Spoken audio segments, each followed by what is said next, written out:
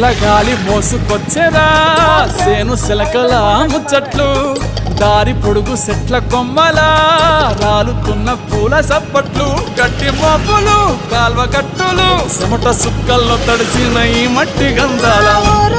పల్లెటూరు దీని తీరే అమ్మ తీరు గంగులోన దాసి పెట్టి కొడుకుకిచ్చే ప్రేమ వేరు